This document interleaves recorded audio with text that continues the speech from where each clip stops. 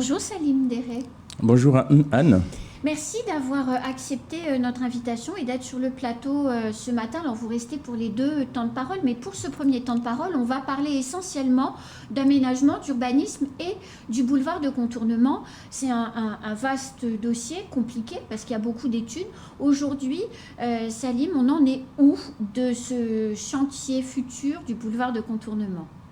En tout cas, merci de m'avoir invité. Et j'en profite pour le passage de l'antenne parce que je ne suis pas encore venu ici depuis le début de l'année. Donc, de souhaiter à tous les Mahoraises et les Mahorais une bonne et heureuse année 2023. Alors, pour ce chantier de boulevard urbain, je dirais que c'est un projet structurant. C'est l'un des projets structurants de Mayotte qui est porté par le département. Et moi, j'ai une feuille de route du président Benissa qui veut absolument que ce sujet-là soit traité dans les meilleurs délais possibles. C'est assez compliqué parce que ça demande beaucoup d'investissements humains, des moyens financiers, voilà, une concertation avec tous les acteurs du pays, de l'île. Et donc, moi, je ne fais qu'exécuter la feuille de route du président. Un projet structurant, oui. C'est un projet on parle depuis 20 ans. Hein. Ça a été repris dans le PGTD récemment, en 2018. Et on s'est dit... PGTD, c'est quoi ? Alors, le plan global de transport et déplacement, pardon, qui a été élaboré entre l'État et le conseil départemental. Et donc, dans le PGTD, il a été très bien identifié qu'on pouvait faire un boulevard urbain qui partirait de Majicabo vers Tsunzu, donc un itinéraire de 13 km environ. Et à ce moment-là, depuis 2019-2020, moi, quand on est arrivé en 2021, on s'est dit comment on va faire en sorte à ce que ce projet-là aboutisse pour décongestionner Mamoudzou.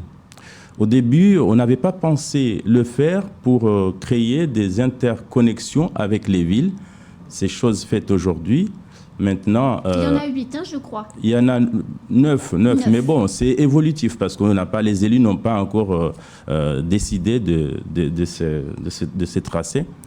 Et donc, on va créer ces itinéraires, ces interconnexions avec les villages, que ce soit Majicabo, Kaweni et jusqu'à Tsunzu, pour permettre une connexion avec les projets de l'ANRU aussi, parce qu'il y a un projet de l'ANRU à Majicabo, il y a le projet de l'ANRU de Kaweni, et donc faire vivre ces itinéraires-là pour que... Oui, puis la zone d'activité de Djoujani, il y a exactement, beaucoup de... Exactement. Et donc, aujourd'hui, où est-ce qu'on en est il y a eu pas mal d'études. En fait, quand on n'intervient pas sur les réseaux sociaux, sur les médias, il faut toujours se dire qu'il y a un travail qui se fait par derrière. Et donc, on ne viendra pas tout le temps parler quand ça n'aboutit pas. Donc, aujourd'hui, récemment, nous avons reçu ici ce qu'on appelle la garante de la CNDP. S'appelle René Aupetit, qui est venu à Mayotte récemment. CNDP, c'est la commission du débat public. Commission nationale du débat public, voilà. Parce qu'un projet d'envergure comme ça passe toujours par cette commission, public. Voilà. Et donc, nous allons préparer, c'est ce qu'on faisait avec Madame la Garante, qui est venue à Mayotte le 17 janvier, pour nous accompagner, pour préparer un dossier qui sera déposé à la CNDP. Ce dossier, c'est quoi? Qu'est-ce qu'il va dire exactement? C'est de se dire comment on va entamer le sujet à Mayotte. Comment nous allons procéder? Les questions environnementales, le foncier. Comment on l'aborde avec la population et la société civile. Comment nous allons mener le débat avec la société civile. Donc, c'est l'accompagnement de la Garante qui est venue à Mayotte. Et donc, les prochaines étapes vont consister à préparer un dossier béton qui sera déposé à la CNDP. Une fois que c'est validé, 2023 c'est un peu ça, hein. Après, une fois que tout est validé là-bas, il faut qu'on crée le site internet comme ça, ce qui a été fait pour l'aéroport, un site internet, un projet de communication, parce qu'il faut qu'on communique. Et à la suite de ça, en 2024, on va continuer donc. Là, on parle de concertation publique, mais en 2024, on parlera aussi de débat public. Il y aura d'autres débats avec la population. Et puis, arriver, je schématise un petit peu, en 2025, début 2025, les études, ce qu'on appelle le DCE, on va élaborer le DCE, le document de consultation des entreprises, pour enfin se dire que voilà, il faut qu'on démarre les travaux avant la fin de l'année 2025. Pourquoi avant la fin de l'année? Et c'est là où c'est intéressant, parce que les Mahorais ne diront pas qu'on raconte du pipeau. En tout cas, c'est ce qui est dessiné aujourd'hui. Il faut qu'on démarre les travaux avant la fin de l'année 2025 pour aller émarger sur les fonds européens. Dépasser ce délai-là, on ne pourra pas émarger. Parce que l'Union européenne fait une exception pour les ultramarins sur les sujets du transport. C'est 2021-2027. Donc oui, 2025, on a le temps. On a le temps, mais en fait, l'Europe n'intervient plus sur les constructions de routes. Elle intervient sur les réseaux ferroviaires, des choses comme ça, ou les mobilités douces, mais pas sur les routes. Mais il y a une exception pour Mayotte et tous les ultramarins. Avec les études qui évoluent, le coût, le chiffrage, on le sait, hein, quand les études avancent, le chiffrage s'affine au fur et à mesure des convictions qu'on acquiert sur le dossier. On est à combien aujourd'hui? La dernière fois, c'était 900 millions d'euros. Oui, c'est ça. En fait, nous avons 2 fuseaux. Oui. Chaque fuseau, enfin l'autre, il fait 800 et quelques millions et l'autre, c'est 900 millions. Je l'avais dit ici, le coût de cette opération, c'est parce qu'on est sur des zones de relief et que c'est surtout ce qu'on appelle les ouvrages d'art qui coûtent autant que la route elle-même. Les ouvrages d'art, c'est les ponts, c'est les ponts, les grosses morceaux de béton qui coûtent très cher. Donc c'est une voie, c'est un itinéraire à 4 voies. Qui va permettre aux bus d'avoir ce qu'on appelle le transport en site propre. Donc, il y aura une voie dédiée aux bus, et même aux camions. Mais je dirais la dernière fois avec mes amis du conseil départemental, on ne va pas faire monter sur cette voie-là parce que c'est trop lourd. Des containers qui pèsent, je ne sais pas moi, 40 tonnes par exemple. Donc, il y aura une voie rapide, des bus, des taxis.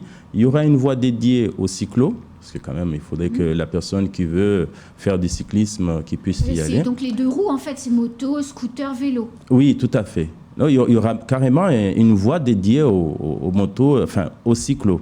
Une voie bus et puis une voie classique au milieu pour les voitures.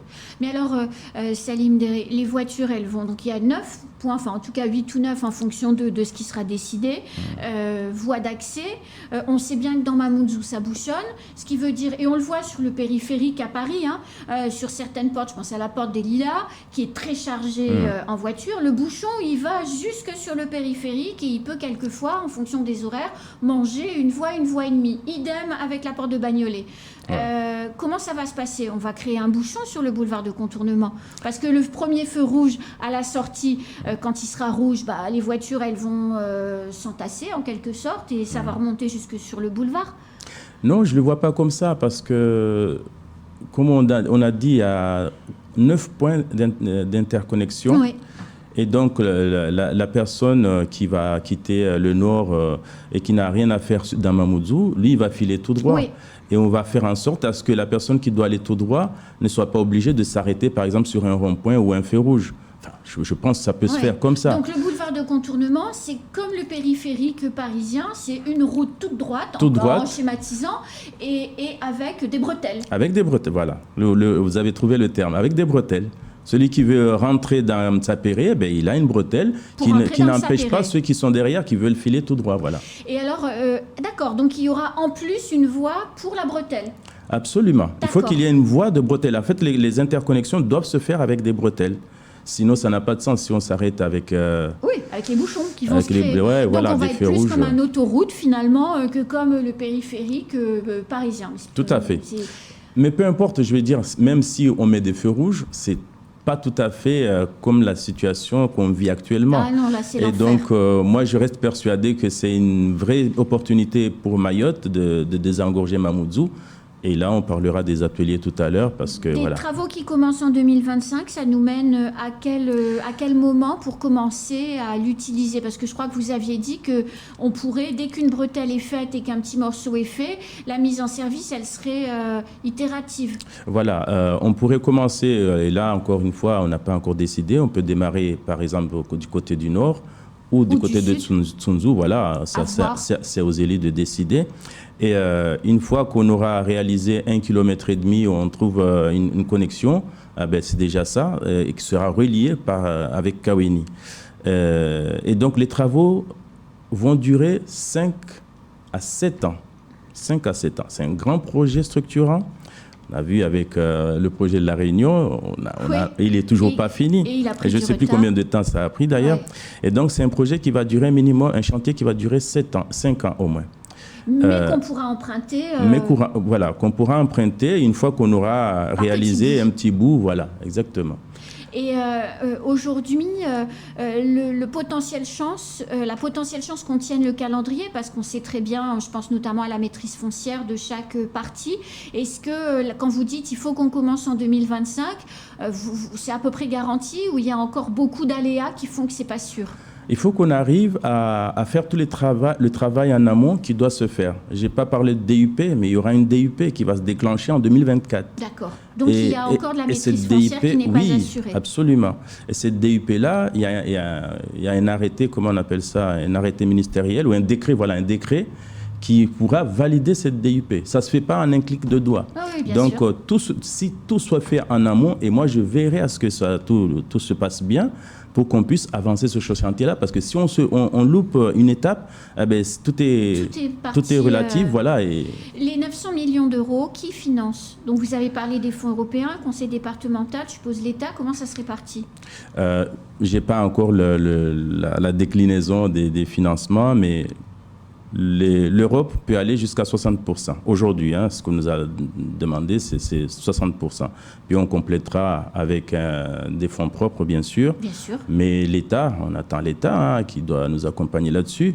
Et au bout, si on n'a pas trop le choix, on ira à la banque. Oui, bien sûr. Mais bien nous, évidemment. On est en capacité, on a des financements très fragiles aujourd'hui, mais on est en capacité d'emprunter. Toutes les banques, toutes les structures financières nous demandent aujourd'hui d'emprunter. Mais voilà, le président, il est assez prudent. Il demande à ce que les compensations de l'État viennent, que ce soit sur l'ASE, le transport et des tas de choses. Donc, nous, on reste vigilants sur nos finances parce que ça reste fragile. Mais pour des projets structurants comme ça, s'il faut aller emprunter 1 million d'euros, 50 millions d'euros à la banque, on le fera pour les Mahorais. Vous lancez une vague qui va commencer là cette semaine d'ateliers d'urbanisme. C'est quoi ça, Salim Mdéré?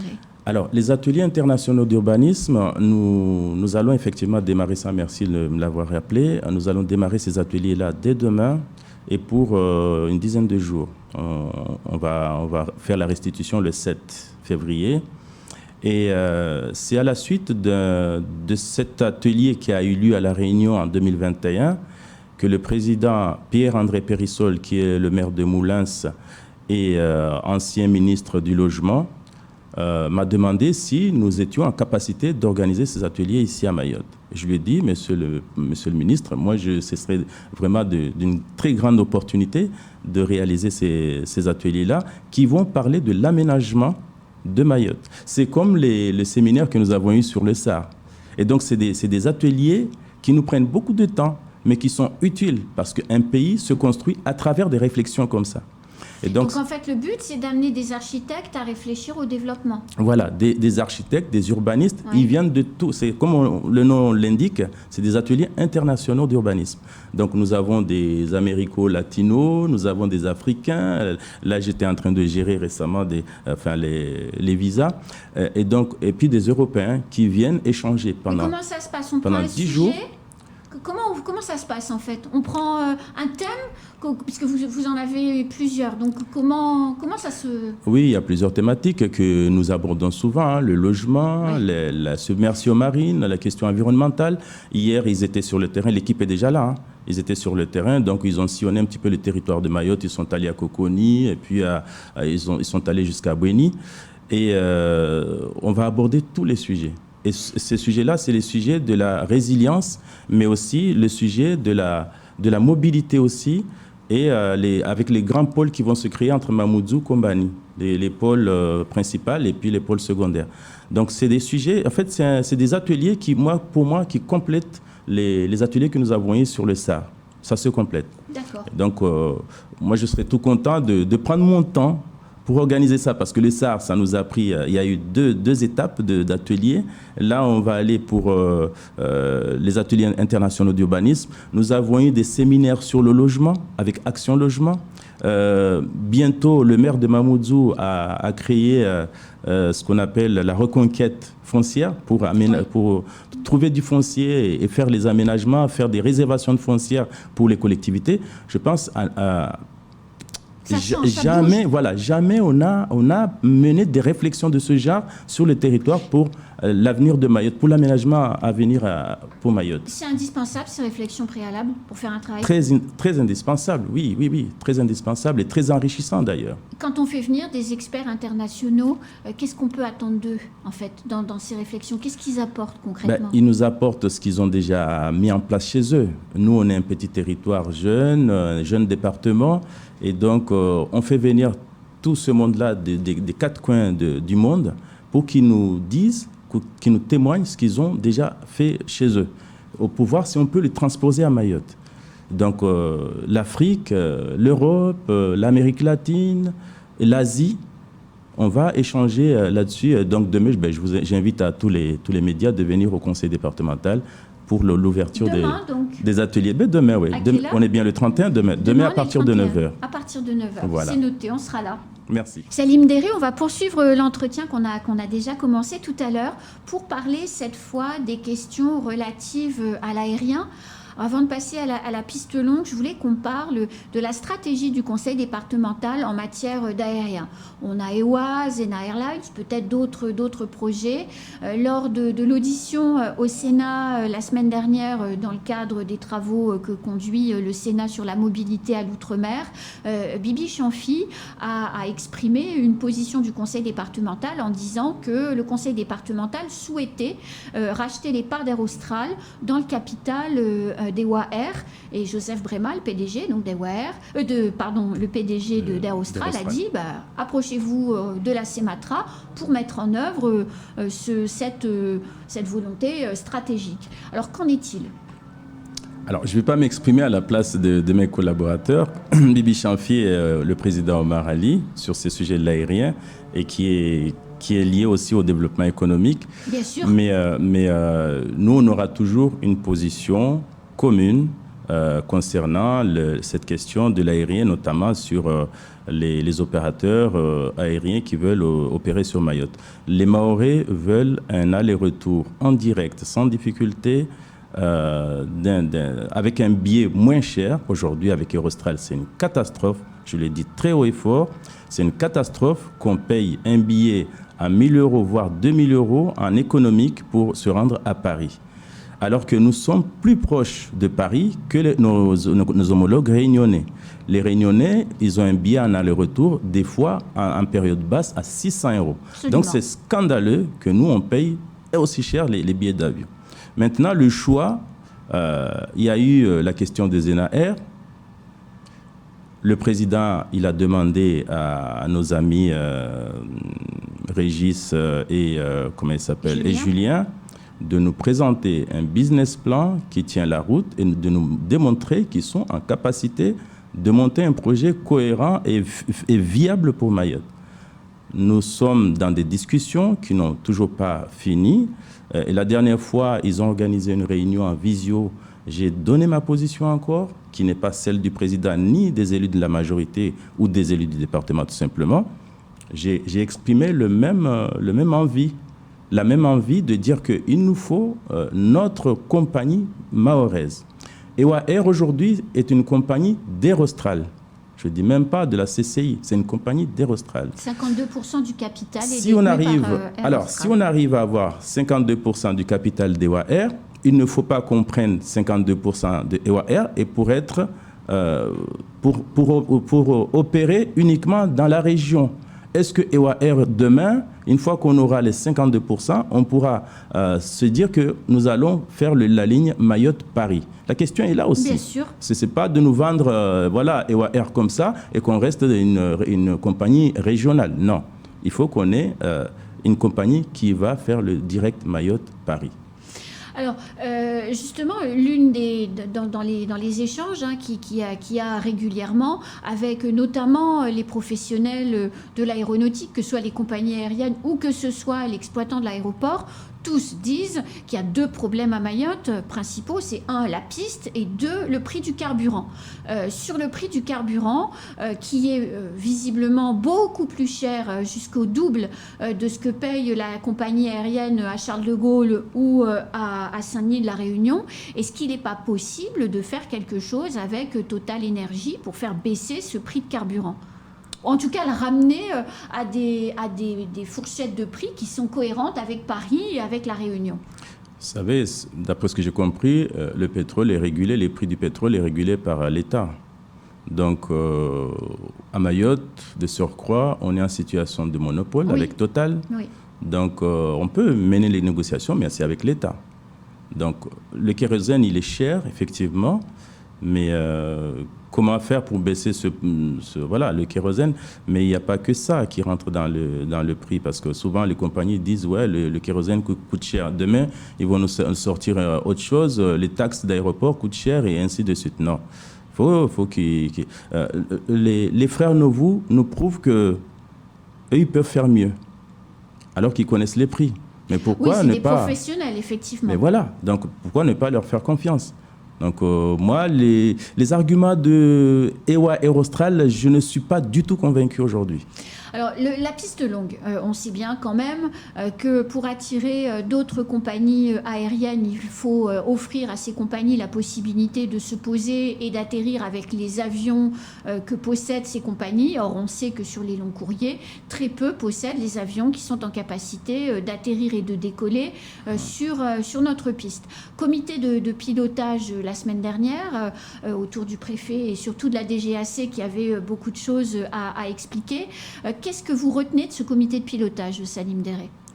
Alors, ce que je retiens de ce comité de pilotage, c'est qu'ils nous disent que l'aéroport de Pamandzi, aujourd'hui, les études se poursuivent, mais il faut avoir une autre opportunité, enfin, ce n'est pas une opportunité, mais une autre option sur Grande Terre, donc à Bouyouni, pour pouvoir comparer. Alors, on arrive, on nous vend des choses comme ça. J'ai dit au préfet qui était là, en visio, je disais que si ça n'engageait que moi, cet aéroport resterait en petite terre. Parce qu'il y a beaucoup de problèmes qui viendront si on déplace cet aéroport. La question des aménagements qui se dessine au niveau du département. Quand je dis aménagement, c'est le transport notamment. Aujourd'hui, dans le PGTD, comme je disais tout à l'heure, nous avons ciblé la petite terre pour rendre fluide les traversées. Donc, avec des liaisons fluviales, notamment. Ça passe par les liaisons fluviales, ça passe par le métrocable, et même dans le PGTD, dans le SAR, j'ai inscrit le projet du pont reliant les 2 îles. Parce qu'à un moment donné, on n'y arrivera pas avec la barge. C'est clair. Ça coûte cher, l'Europe ne finance pas, et donc il faut trouver une autre alternative. Et donc, qu'est-ce que deviendront tous ces projets-là du département si on enlève l'aéroport pour le ramener en Grande Terre? Alors moi, je suis de Grande Terre. Et j'ai le président qui est de M'Tsangamouji, qui est plus proche de ce projet là-bas. Mais le président, il ne fait pas de l'ingérence. Lui, il a dit la même chose, nous voulons une piste longue qui permettra aux gros porteurs d'atterrir. Dans la réunion que nous avons eue, il y avait le maire de M'Tsangamouji qui n'a dit aucun mot pendant les échanges jusqu'au moment où Zaïdani a créé la polémique. Et donc, moi, j'ai envie de dire, nous, on est des élus responsables. On a un sujet où on voit que l'État, je l'exprime comme ça, nous mène en bateau, et tout de suite, nous, les élus locaux, on est en train de se chamailler entre nous. Zaïdani qui pique, oui, s'il y a des élus du Nord qui veulent que l'aéroport soit au Nord, il faut qu'ils le disent, machin. Non, le maire ça a déclenché, pas une colère, mais la réaction du maire de M'Tsangamouji nous disant, mais monsieur Zaïdani, s'il y a un aéroport qui doit venir du côté de M'Tsangamouji, je ne vais pas dire non, parce que ça enclenche beaucoup d'opportunités, de développement économique dans la région. Mais je pense que tous les élus sont d'accord aujourd'hui. L'aéroport de Pamandzi, aujourd'hui, on est en train d'agrandir l'aérogare. Oui. On a l'hôtel Ibis. On a plusieurs commerces autour. Que vont devenir tous ces équipements-là? Que va devenir l'aéroport lui-même de Pamandzi, le site lui-même? Les habitants de Pamandzi ont fait beaucoup de concessions. Il ne reste plus que la mosquée aujourd'hui, on a du mal à l'enlever. Ils ont fait beaucoup de concessions, voilà, ce qui est compréhensible. Mais une fois que cette concession a été faite, on va leur enlever l'aéroport. Mais que va devenir la petite terre, tout simplement? Donc non, il ne faut pas qu'on crée des polémiques là où il n'y en a pas. Il faut qu'on se dise, voilà, on se tient main dans la main. Si le mot machin de Maoré, la vigilance. Le Maoré reste vigilant. Si l'État veut nous mener en bateau, nous restons vigilants. Alors, et donc, voilà. Justement, Salim Déré, le coût initial en 2011 qui avait été chiffré, au moment où on a dit non, on ne fait pas la piste longue, c'était 250 millions d'euros. Alors évidemment, à l'époque, il n'y avait pas le volcan, à l'époque, plein de choses. Le temps a passé. Visiblement, dans les chiffres qui ont été annoncés à l'occasion de ce comité de pilotage, on est entre 700 et 750 millions d'euros pour cette piste, pour les matériaux. Enfin, en tout cas, le dossier qui, de réunion en réunion, semble de plus en plus solide et s'étoffer. Est-ce que, pour ne pas le faire, l'État ne profite pas des habitudes maoraises, c'est-à-dire de s'écharper sur des sujets, en lançant la patate chaude de Bouyouni pour que les élus se disputent et que finalement l'État dise bon bah les gars, tant que vous n'êtes pas d'accord, on attend, et donc forcément la fin du mandat d'Emmanuel Macron va arriver et puis on laisse la patate chaude au suivant, et puis si le suivant a envie, bah on verra bien, et puis sûrement il n'aura pas envie, donc on fera pas, parce que 700 millions d'euros c'est quand même beaucoup d'argent. C'est beaucoup d'argent, effectivement, et quand on fera la comparaison au niveau du coût aussi, du coût de la construction. Oui. Mais je pense que nous, on doit juste se dire que aujourd'hui, nous avons ces études qui sont menées conjointement. La décision, elle sera prise parce qu'ils nous ont démontré lors de ce comité que les études qui sont menées là-bas à Bouyouni se sont menées simultanément, comme je l'ai dit, avec la petite terre, mais on aura la réponse à la fin de l'année. Alors, il n'y a pas mort d'homme, on a suffisamment attendu. Oui, on verra à la fin de 2023 ce qui va ressortir de ces études-là qui sont menées conjointement. En petite terre, on se pose la question des matériaux. Il y a un site qui a été identifié à l'abattoir pour du matériau déjà, et puis on ramènerait le reste depuis à Jangwa. Voilà. Par la mer, avec des jetées, dont celle, en tout cas, de Pamandzi, qui pourrait ensuite servir à aménager le front de mer. Tout à fait, voilà. Donc c'est plutôt développement, c'est soutenable, Pour moi, c'est soutenable parce qu'on nous a prouvé qu'on peut avoir suffisamment de matériaux et à l'abattoir et à Jangwa pour le transférer à Pamandzi et faire l'aéroport. On peut construire les ponts donc rapidement. C'est pas les ponts qui vont servir des navettes maritimes, mais c'est des ponts, c'est des aménagements de ponts spécifiques pour le transport des marchandises, des matériaux. Donc pour moi j'y crois. Monsieur Masson, on en a parlé. Il y a toutes ces possibilités-là. Donc voilà, je reste confiant. Sur les financements, donc 750 millions d'euros, je pense qu'au final, on tendra probablement davantage sur ça. Vous aviez, je crois, au niveau du conseil départemental, préfléché 80 millions d'euros. La participation qui est la vôtre va devoir augmenter ? Non, on ne pourra pas augmenter notre participation. C'est déjà un gros effort pour un projet de l'État. Et le président Sobadine, avec sa majorité à l'époque où le président Benissa était là, ils ont confirmé leur volonté de contribuer à ce projet d'envergure pour les Maorés.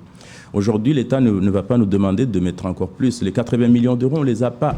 Il faut qu'on aille emprunter. Aujourd'hui, demain, peut-être nos financements nous permettront, grâce au recensement, quand il faut faire le virement, quand il faut signer le chèque, on les aura peut-être demain.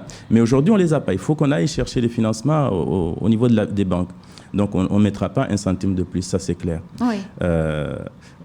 Je reviens toujours sur l'impact qu'aura cet aéroport à Bouyouni. Je parlais des cultures. Oui, parce que sur le site c'est de 100 Bouyouni. hectares de forêt et de terres agricoles, dont de la forêt primaire. Voilà, tout à fait. Est-ce qu'on va démolir toutes ces forêts-là? Est-ce qu'on va détruire toutes les cultures qu'il y a là-bas? Alors qu'aujourd'hui, si au mois de Ramadan, nous avons suffisamment de bananes et de manioc, c'est grâce à cet endroit-là. Tout ce qu'on retrouve dans les marchés ici, il y a beaucoup de bananes et de manioc qui viennent de cette région. Bien sûr. Et donc, le fait d'aller démolir toutes ces cultures, je ne suis pas persuadé que c'est la solution. Ça déséquilibre effectivement d'autres pans de l'activité. Dans les études qui vont être menées pour évaluer le potentiel des deux sites, est-ce que justement les coûts économiques induits par ces constructions vont être évalués? Parce que là, on parle du Ramadan et effectivement des bananes et des maniocs qui pourraient manquer, mais derrière, c'est des familles en fait qui sont agricultrices, souvent depuis plusieurs générations sur leurs terres qui sont à eux. Comment on va les indemniser? Qu'est-ce qu'ils vont faire après, ces gens-là, si on les prive de leurs terres? Oui, les indemniser, on trouvera toujours un moyen de les indemniser. Ce n'est pas ce qui va coûter une fortune, mais où est-ce qu'on va les installer? C'est des agriculteurs. Et je rappelle aussi que moi qui travaillais au département, à la direction de l'agriculture, à l'époque, il y a déjà une voirie agricole qui a été créée là-bas, dans cette zone-là. Donc, c'est des investissements qui vont encore tomber à l'eau. Donc, moi, je ne vois pas mettre un aéroport là-bas dans la mesure où il y a toutes ces contraintes-là qui peuvent être générées. Donc, non, il faut qu'on maintienne l'aéroport en petite terre, qu'on améliore l'accès sur la circulation.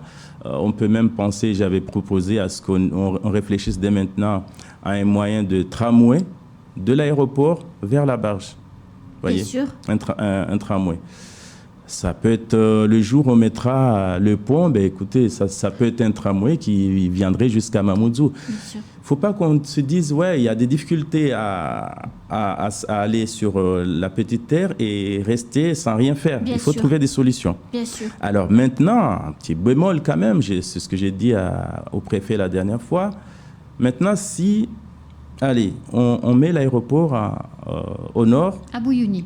À Bouyouni. C'est vrai, on a le port. Donc, le lien, le port et l'aéroport, ça peut être un moyen de développement économique bien accentué et concentré dans cette région-là.